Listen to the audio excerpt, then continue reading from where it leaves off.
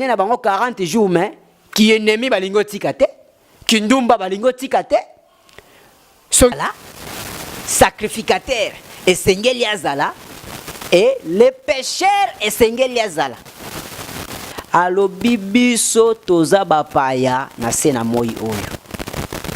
Nazali na li. Miandabu nzokwa kisasa.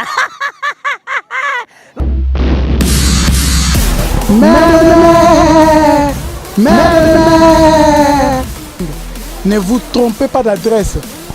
Celle-ci ya mikolo yo baza sérieux, baza sir na makambazo ba pesa le kutate za ba vérité. Kokona na te, kokona ngomba te. Ezaka site moko. Image ya Congo. Et pas ya. Nous sommes dans la joie de se présenter au devant de vous, nos frères et sœurs qui sont partout ailleurs dans le monde, qui nous suivent, moyennant cet site de www.imageacongo.com. Et par cela que nous commencerons à vous dire bonjour, shalom partout où vous êtes en train de nous suivre. Tous apenza na esengo ya koya liboso na bino pour na émission ya lelo ko solo la lisolo moko oyo peut-être ekwai kozala na ba confusion pe na mitu ya bande ko ebele ko kanisa ke o bango baza koteya to o bateya bango ezande oyo wana alors que eza bongo te nde na ngolu ya nzambe to sungamaki lelo ko pusa na liboso na bino pona komemela bino sujet moko ya sika o tolingaki to traiter. Eza penza sika te parce que eyebana elobamaka nango pe na ba lolenge beleza na banzembo eza na ba mateya. Tolingi tolobela pona likambo etali le mystère de l'évaporation. Mabombami ya komata ya maina molinga. To na londende wana nde yango tolingi to meka kosolola mais na sepela ki to tanga na likomi parce que tant to tangi mystère évaporation yo déjà okimimba on a géographie lobi mais oyo moté alinga tangi sabiso cours à géographie et nazo bisa OK et pas na nzambe géographie ezali histoire ezali science ezali parce que toute la création et utaki na libumu nzambe et loko moko te o isa makana sena moi awa et salema sans que nzambe a ordonné yango. D'autant que tozolo bali solo ya géographie okomona même na création na kata bible to tozongi kuno komona nzambe ndanga zokela mokili na premier jour akeli oyo na deuxième jour ake et comme na mokolo musa bandi kokela sanza moi bétoile consort nzambe akeli mabele asali ba climat tempéré climat oyo été hiver printemps et consort nzambe akeli nyoso na mais awa nazana écriture ya Genèse chapitre 1er tozotanga 6e verset na kosungama na nzambe. Dieu dit qu'il y ait une étendue entre les eaux, je vais bien lire, qu'il y ait une étendue entre les eaux et qu'elle sépare les eaux d'avec les eaux. Verset 7, Dieu fit l'étendue et il sépara les eaux qui sont au-dessous de l'étendue d'avec les eaux qui sont au-dessus de l'étendue. Et cela fit ainsi, Dieu appela l'étendue ciel. Ainsi il y eut un soir et un matin, ce fut le second jour. Kolo Yesu apambo litangi nae. Bien-aimé, likomi ototangi okoloba mais est-ce que likomi yango eza likambo évaporation na kati mote ya lingia loba nini likanis na epenza ezali nini lisolo na biso eza boye. Nzamba zoloba na Genèse toyebi ke livre ya Genèse ekomamaki na prophète Moïse o tango nzamba kelaki mokili Moïse azalaka te mais Moïse étant le prophète nzambe lokola amimonisaka na nzela ya basakoli na ye na 3 temps. Les 3 temps ça veut dire nzambe amimonisaka pa basakoli na ce qui était passé, na ce qui est présent et ce qui est à venir. Voilà pourquoi Bible eza kotalisa biso chaque chose a son temps. Donc Nzambe aza na 3 temps. Yango na bakobenga ye aza le Dieu d'Abraham, le Dieu d'Isaac et le Dieu de Jacob. Na kati ya ba 3 temps na ye nde Bible eza koloba ke na ebandeli kuna Moïse azalaka te, metango ya ye lokola mosakoli, Nzamba kozwa Moïse azongisi ye ti na premier jour ya création o Nzambe ye abandaki kokela. C'est comme ça Moïse akomona yango par la vision bien sûr, nde Moïse akoya akoma yango oyo kozala lite ya pa na biso lelo. Tala tina Nzambe na premier jour ya création, toyebi malamu asalaki ete Paul ezala otobengi la lumière. Mais na deuxième jour de la création, Nzambe akaboli mai ya se na mai ya likolo. D'après écriture ya Genèse, balobi mokolo oyo Nzambe asali mai te, balobi yango te. Balobi kaka akaboli mai ya se pe mai ya likolo. Mais soki tolandi ba Jobe, tolandi ba Psaume kuna nde babeta lisolo oyo ndenge Nzambe asela ayaki kokela mai. Mais awa pa etu vandeli awa tozana lisolo ya séparation ya mai ya likolo pe mai ya se oyo ne bandelezalaki mai kaka moko mais Nzambe amoni ke esengeli a séparer yango. Tango Nzambe azo séparer yango mai ya likolo etikali na likolo, mai ya se pe etikali na se. Maintenant espace o ezali ko kabola mai ya likolo na mai ya se, Nzambe bengi yango étendue. Topé le ciel, likolo. Awa nazoya menana ya kokota na katalité ya nangai. Mais nazolinga nazongisa yo na création, Nzambe mokolo moko tanga kelaka mokili bambule bana kobeta te, mabele, matiti ezalaka arrosé na rosé oyo ebandaki kokita likolo na mabele, mais mbula ezalaka te. Nzambe ayeki ko sepela mbula ekoka kobeta ezalaki kaka na ileko ya Noé. Tant Noé, peuple akomaki méchant, liboso na Nzambe, nde mbula ekoya konoka. Mais tozo yekola nini? Parce que Bible za koloba na 1 Corinthiens, alobi est-ce que nature yango moko ete ya kabino te? Na kata nature tozo yekola mbula.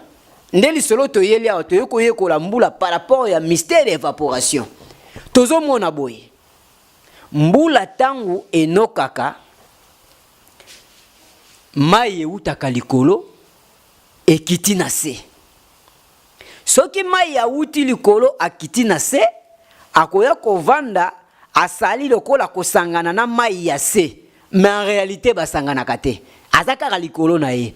Nde na momesano, oyo ba pêcheur bazolo bake ebale tondi, ebale vimbi. C'est-à-dire mai ya likolo ayeko matela mai ya se. Tango ya ye wana azako kita. Soki akoya kina na mabele avake nebale, azako lokota na bakasa na ba poubelle na ba salité nyonso o ezalaki na mabele azako lokota yango abandi ko kena bango. Donc mai wana abandi voyage ko uta likolo ko kita na se akolongwa wana abandi mena ko tambola bazo kende amikwisi na ruisseau oyo amibwaki na rivière wana abwaki na fleuve aketi ko mibwaka na mer.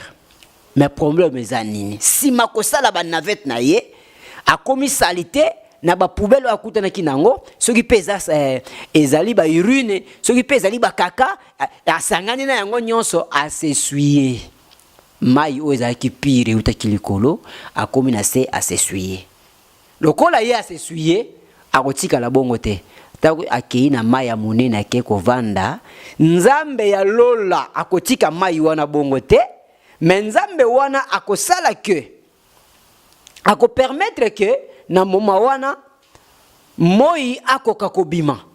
Il y aura l'apparition du soleil.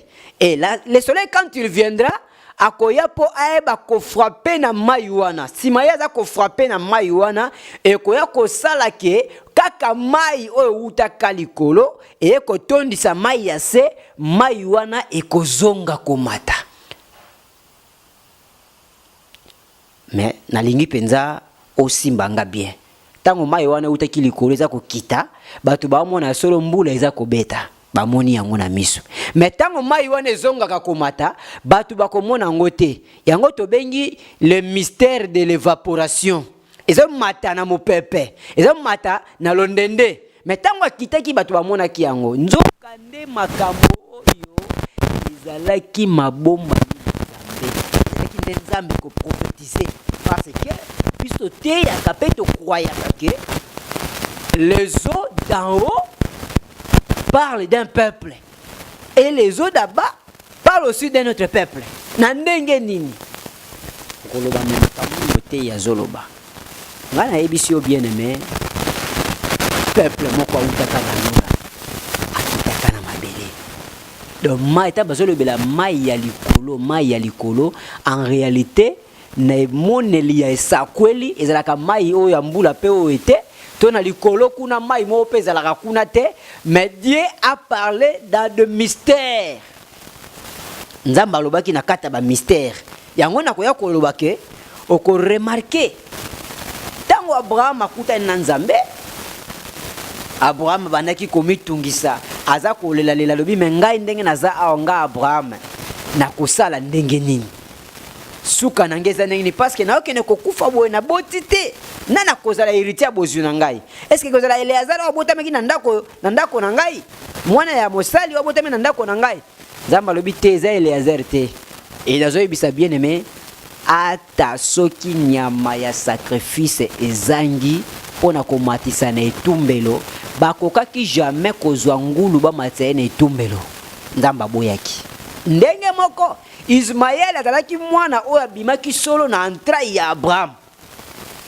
Mais Ismaël bakoba lekisa na sacrifice te oyo akoleka na sacrifice ezali le fils de la promesse mwana ya elaka oyo Nzamba alakaka yende mutu akoleka na sacrifice. Mais pendant que nano ayete Abraham lokola moto patience et komi na suka surtout que mwasi na epe Sarah aza ko importuner ye nde kotinda ke atinda andima na etinda mele ya mwasi na ye akoka kubima na Agar servante na ye pour que abota Ismaël ata akobota Ismaël bisolo ya culte zate po culte po ezala hotel esengeli ezala sacrifice nyama ya mbeka esengeli ezala sacrificateur esengeli azala et les pécheurs esengeli azala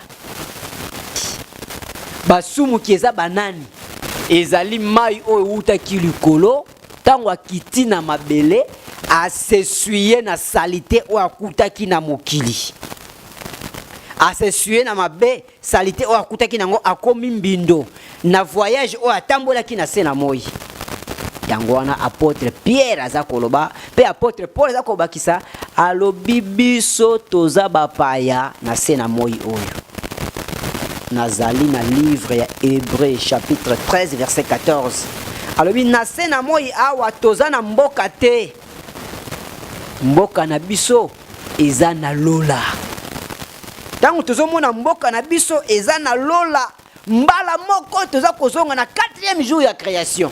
On a 4e jour ya création Nzambe za kote ya biso mosala ya lola oko kuna toza komona libota moko eza komona na ezali na papa na mama na bana libota ngo nani libota ya soleil azali papa la lune nde mama les étoiles nde bana ngate Jacob neza ko interpréter songe ya Joseph parce que Joseph alotaki na sanza na moi na minzoto za kokumba melaye Jacob lokola prophète akoya ko interpréter bien ce qui est lingolo ba ngai mama na bino na bande ko to kumba melayo oui frère biso te yakake moi ekumba melaka Joseph moi lokola Nzambe dans la loi akoya ko kumba mela Joseph qui est le Seigneur Jésus-Christ. Parce que jusque-là, le véritable adresse et adoration, c'est en Jésus-Christ. Pour Bible lobi, na Philippiens chapitre 4, balobi ye oyo azalaki na forme ya Nzambe, verset 5 kokita, amikitisa ki lokola moto na pamba kino kondima liwa akene tina liwa ya kufa na sima na yango kombo moko epesamelaki ye likolo ya bakombo nyonso. Na lola toto ba lola to moni nzambe na mabele pe na se mabele yango to ndimaka ke le nom de Dieu aujourd'hui pour notre rédemption, pour notre salut, c'est le Seigneur Jésus-Christ. Et ça c'est le nom ya Yahweh te. Et ça c'est le nom ya Yahvé te. Et ça c'est le nom ya éternel te. Mais kombo nzambe yaki nango ko bikisa biso, et ça kombo ya kolo Yesu Christo. Voilà pourquoi notre frère Joseph, ba frère na eba ki na kombo ya Joseph pour na Israël. Mais tant que na Égypte, où eza image ya ba nation, ba païen en dehors ya Israël, mabota nyoso etikali because etikali. Ba koyeba na kombo ya Joseph te, ba koyeba na kombo ya Tafnat Penach. Tala tina bien-aimé. Tokoy koloba ke le nom d'adoration aujourd'hui et dans la kombo Yesu Christ. Yango belobi to sala nyonso au nom de Jésus-Christ. Toko pesaka libati ici au nom de Jésus-Christ. Toko bengana ka ba démon au nom de Jésus-Christ. Toko bengana ka ba démon au nom de fete na moto te. Eza na likomi moko te onzama pesi nzela bo bengana ka ba démon na moto. Ale moto kita tumba ba demo bazika nzamba boya makambo wana motei nyonso aza koteyaka aza kobengana ka ba demo na moto, il doit se repentir. Ça ce n'est pas la doctrine pure de saint. Mais la Bible lobby au nom de Jésus-Christ, tous genou fléchissent dans les cieux, sur la terre et sous la terre. Le ciel est au moni nzambe, sur la terre est au moni Moïse. C'est Moïse qui est la terre. Parce que sacerdoce na ezaki ya mabele, ezaki ya nzoto. Et sous la terre, il y a les eaux. Tout le monde ba mai. Ok, na ba mai. Tout le monde mwasa ndumba vani likona. Ngondo kande ba mai eza mondo satana vandi. C'est que ata na bisika o milimo mabe vandaka erenyaka bien aimé. Ata kuna na bozindo wana. Milimo mabe ba yebi kiteza na kombo moko za likona bango. So ba yoki yango ba lenga ka pe ba tremblaka. Kombo yango eza kombo ya diete. Ya éternel te. Ya Jova te, eza kombo ya Jésus-Christ. Ce qui ba kobenga ye Yahweh. Ah, wana ba Yuda to yambi bango, pamba te ayaki pa na bango lokola le soleil. Mais pas na biso ayaki lokola le soleil te. Tana ba soleil na ba ayaki pa na bango lokola lion. Mais pas na biso ayaki lokola mwana mpate. Yango wana yende faiblesse nzambe. Tala tina na kokaki koloba boye. Mai uti likolo ye kiti na se ezali biso bana ya nzambe o tozalaki na nzambe na lola tango toye na mokili o ya masumu tango tozobota mabazo mona biso ne tobota maboye na nzela ya papa na mama ndenge mai ya mbule kitaka tomoni ke mbule eza kobeta mais toye na mokili oyo toye kosumuka tokoti na ba mateya ya mabe tokoti na ba levire ya ba pharisien na ba fausse confession to koti na ba doctrine na ba démon na ba conception d'homme o nzamba tikala kolobate ndeto s'essuyer nzambe wana ayebaka biso akokaki kotika biso na basuir wana te autant marqué du Seigneur kolanza maposa na ye moko nzambe wana akokita po alanda bana na ye azongisa bango epa na ye mais tango nzambe azo bakokita bokomona nzambe ta kitibo aza kotamwa na mabele. Attention parce que nzambe na Exode chapitre 3 akuta na Moïse abi Moïse na ki douleur ya peuple na ngai na ki ba cri o baza konyokola bango na Egypte na kiti pona kene kobimisa bango. Mais tango nzambe azo bana Moïse azoka mongongo eza kobima au milieu de cet arbre qui était en plein feu mais ne se consumait pas. Oh, l'arbre qui est en plein feu ne se consumait pas. Cet arbre-là, ce n'était rien d'autre chose si ce n'est que le chandelier. Oh, le véritable chandelier, c'est le Seigneur Jésus-Christ. Yango balobi ezalaki na motomoko abanaki kotambola au milieu de cet chandelier. Oh, l'homme du milieu, c'est le Seigneur Jésus-Christ. Iye wanande azalaki mungongo oyo ekobenga Moïse. Tant Moïse azobaluka atala ayoki mungongo ezobenga ye alobi nga nzambe na kiti pona kobikisa peuple na ngai na Egypte. Mais en réalité, nzambe ngwa kita kite abiyo Moïse yo kende. Yango to ndimaka ke un homme de Dieu, c'est un Dieu parmi les peuples, mais un Dieu qu'on n'adore pas. So que nzambe ba adoraka ezaka ka ye moko Yesu Kristo. Yango zo mona ba confusion za belelo ba te belé nous allons à la prière na mangengenge, nous allons prier à la prière na ngomba ya campus o na nani kuna na kingasa na suka. Mais na ebiso ke Yesu ye moka lobaki, l'heure vient et il est déjà venu où les vrais adorateurs adoreront Dieu en esprit et en vérité. Ça ne serait plus à Jérusalem, ni à Samarie, ni à Jéricho, mais en esprit et en vérité. L'adresse d'adoration aujourd'hui, c'est en esprit et en vérité. Au parlant en esprit et en vérité, nous voyons l'enseignement pur par l'onction du Saint-Esprit. Talatina bien-aimé, de quoi kolobake, Mayuana ezalaki peuple mobimba wa kitaki na se, akoma kimbindo zaki ngai na yo, Nzambe akokita po landa biso oleto mona yebo to monika soleil abimi na makasi na ye a frappé makasi na ye na mai na fleuve na ebale nde mai yo utaki likolo yende akolongwa na se abandi komata azonge siko ya utaka orke kozonga ya mai kolongwa na mai ya se komata kozonge sika ya utaka toza komona nde voyage ya Israël kolongwa na Egypte kozonga vers Canaan. Talatina bien-aimé. Mais kobosa nate peuple nyonso ba utaki Egypte ba kota kanate ba kufa na nzela. Yango to ba mystère évaporation. E utaki mai ya solo kitibwe me kozonga na ngo kozonga mai to komona ngo boete ezozonga na mopepe. Ezozonga na londende. Nzoka nde tango toza koloba boye biso lokola bana ya Nzambe. Toyaki na mokili oyo to botami na nzela ya papa na mama, to koti na basuiri ya mokili oyo. Tokot na kata bosoto ya mwasi ya ndumba kulansama Apocalypse 17 verset 15 batalisi biso balobi tala bamai oyo moni mwasi ya ndumba vandi eza mabota eza bikolo eza ba tribi eza ba famille.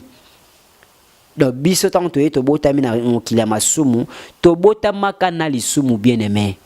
Awa nazolinga na yebisa yo ata Mario abotaka Jésus abotamaka na lisumu. Nazolinga na lobake moto nyonso ezala nani moto nyonso oyo kaka auta na bosangani ya mwasi na mobali oyo atire origine na epa ya Adam abotama na lisumu pamba te ekomama car Adam a péché, toute l'humanité a péché. Yango wana d'ailleurs, prophète Ézéchiel a koyambanga mbangu na Ézéchiel 18. Alobi ba papa ba keine langa ba lema titi ya ngai. Mino na bango te, mais mino ya bana ye ngai. Adam a péché. L'humanité a péché. Adam a chuté, l'humanité a péché. Yango ozomona ata mama bebele et toza kobika na nzoto. Papa na wenda salaka mabe. Noko na onda salaka ba crime mama na salaka mabe songolo ye pesa kufa na yeme yo lezo tombe victime ya makambo yo oyo yebinzela te yango to te akake soki muta ndimi lila kisi andi mangona motema mobimba mosala esalema ya solo sengeli papa na ye akufa mama na ye akufa atika la ye moko pona nini soki baboti ne bazali akozwe sika te pamba te Yesu to te akazala Nzambe ya orphelin azaka Nzambe ya orphelin. Foyo za na baboti te po ya yamba yo akwa moboti na yo. Ndokande baboti yango tozolobela awe za baboti ya nzoto te tozoloba nde lisumu bomo ya mabe posa mabe ya nzoto. Yango na Israël oyo awutaki na Egypte akokufa na nzela e Israël akobota na désert ya kokota na Kana.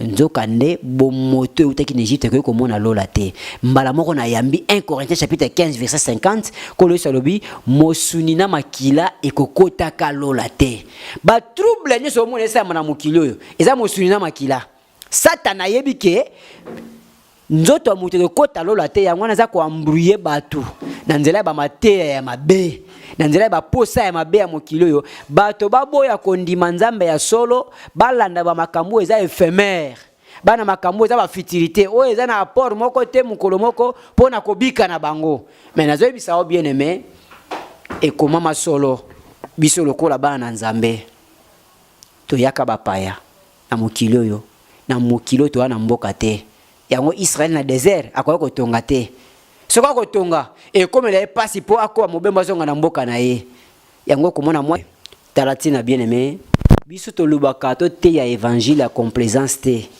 pona kosepelisa bato. Moto moko ta okota lola po ye alingi. Moto moko ta okota lola po asombela nzambe ba église ba mapangu.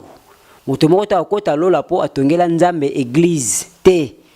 Mais soki moto okota lola ezaka moto akozalaka transformer.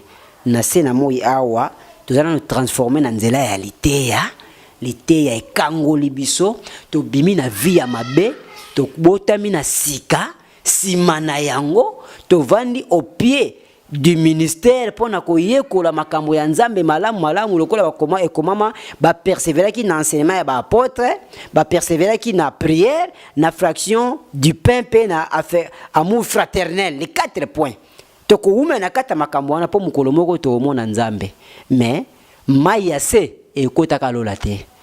Maya se na ko pesa ndakisa akuba ko benge pe pasteur mazaka ne maya se ndakisa Judas Iscariot ateyaki abengana ki pe ba demo même kolomoko apona nzela na ye nazolobela na bosolo nyoso par rapport à la doctrine Judas Iscariot pona nzela enlèvement ezate de la résurrection ezate kokotaka lola te.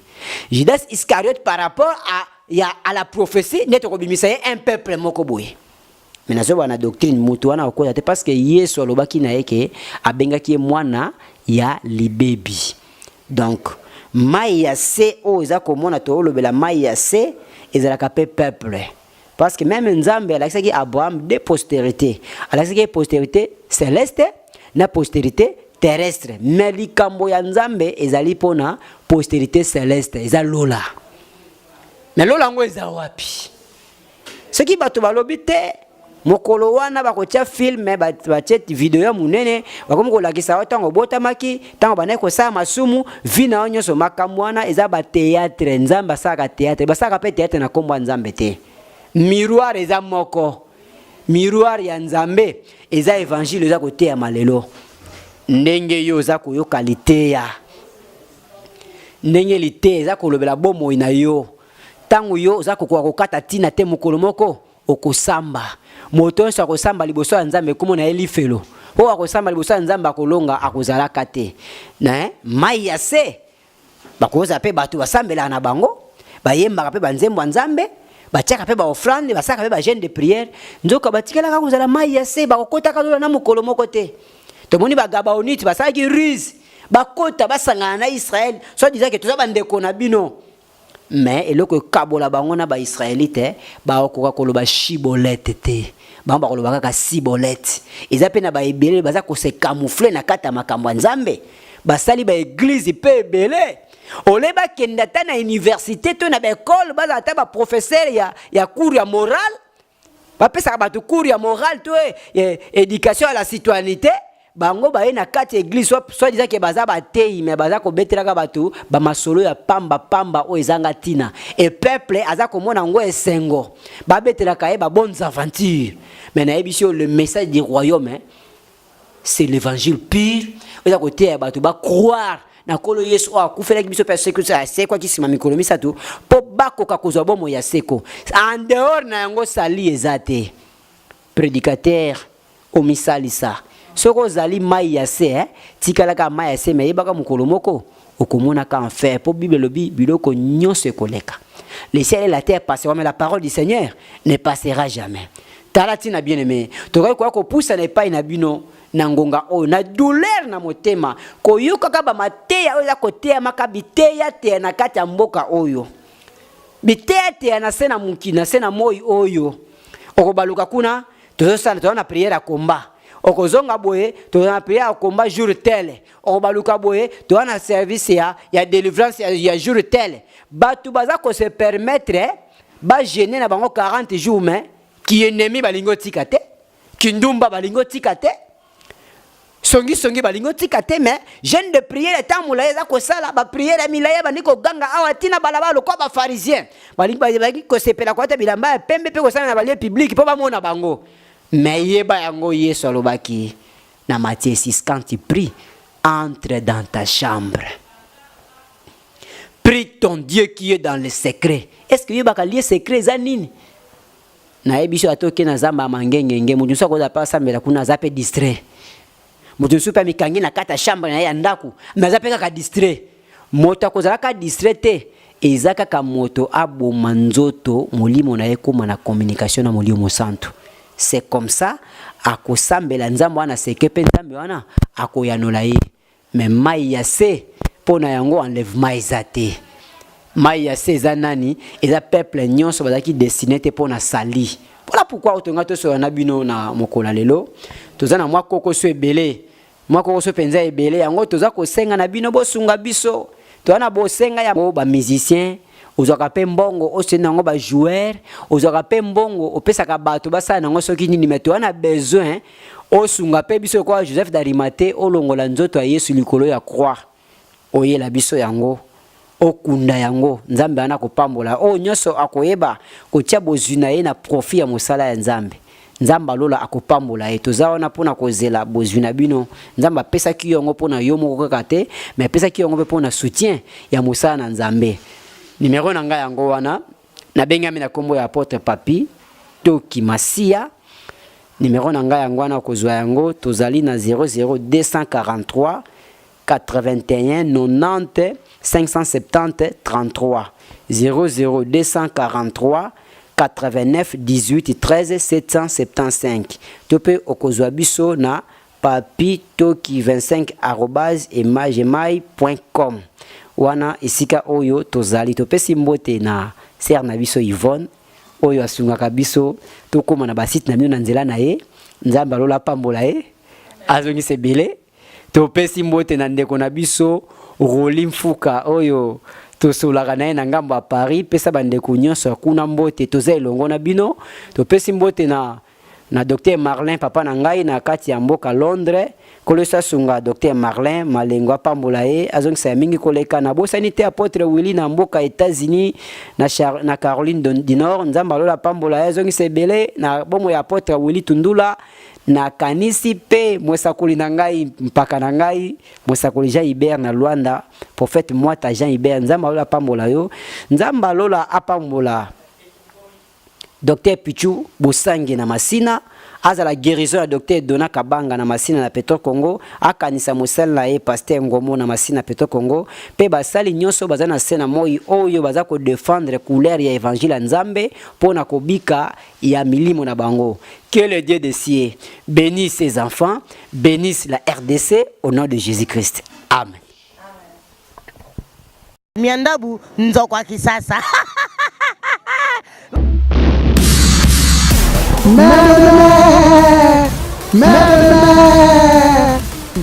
Ne vous trompez pas d'adresse.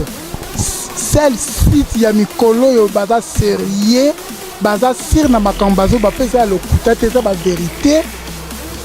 Kokonga na te, kokonga te. Ezaka site moko. Image ya Congo. Point et pas ya